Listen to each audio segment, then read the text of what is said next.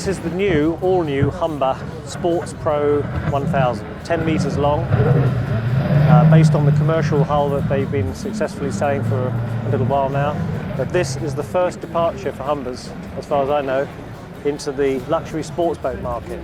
And looking at this boat from the pontoon over there yesterday, I didn't even realise it was a Humber. I thought it was a sort of Italian or something very sleek and trek, but actually it's a good old traditional Humber hull with all jazzed up and modernised and looking very, very modern indeed.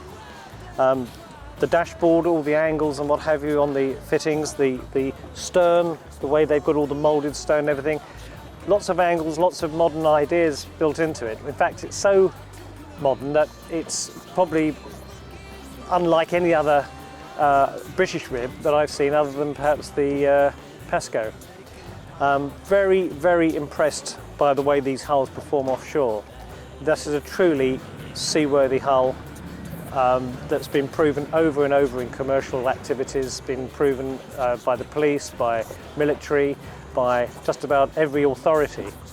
And it's quite interesting that Humbers have a range of boats which all come from the original design back in 1978, which was the original Humber Attack, and they've exponentially blown the boats up and up and up. That doesn't necessarily always work in terms of performance and handling, but in case of Humbers it does, and this boat is exemplary in the way it performs. The actual hull derived many years ago from a racing sports boat hull, and the handling on that hull was good enough to win the Rouen 24-hour powerboat race in very rough conditions. So if it can do that, you can see why this boat's handling is impeccable. You've got a very, very high bow, the water is all thrown down, it doesn't slam very much, in fact it doesn't slam. You can take off and land in this boat with contemptuous ease. You probably won't be able to stuff it in a following sea because it's got such tremendous lift. And because it's got a big beam, there's space galore to walk around. You've got your flexi-teak deck, you've got all the controls and everything in the right place. But of course what you have got on this particular boat, which is not on many, is the suspension seats are their own homegrown device.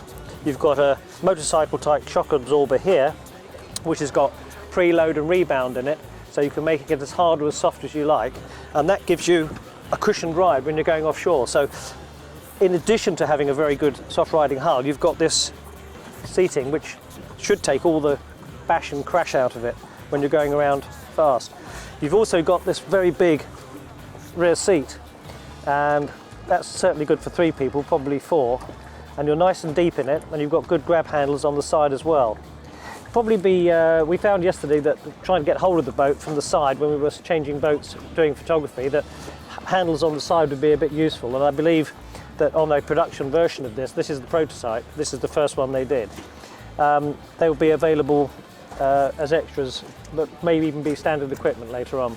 This boat was made in a week, just before the show. Literally, they got it down here last minute. So the fact that it handles and drives and does everything it does so perfectly is testament to Humber's experience in the marketplace, that it just works just like that.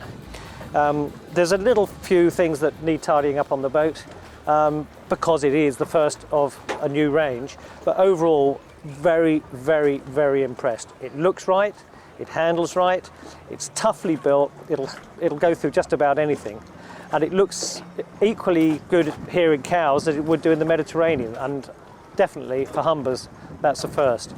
If I were looking around for a boat of this nature, this size, this capacity, this capability, I would expect to be paying over £100,000. This boat comes in at just under £100,000 with twin E-Tech 300 horsepower outboards on the back. They're the Evenrood E-Techs. Top speed on the boat, about 60 knots. I say about because unfortunately we didn't manage to get an accurate top speed out of it. Acceleration on it is simply staggering.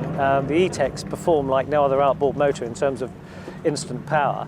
So if you're looking for a thrill and the excitement of really fast acceleration and coming out of the corners quickly, this boat delivers it, really does deliver it.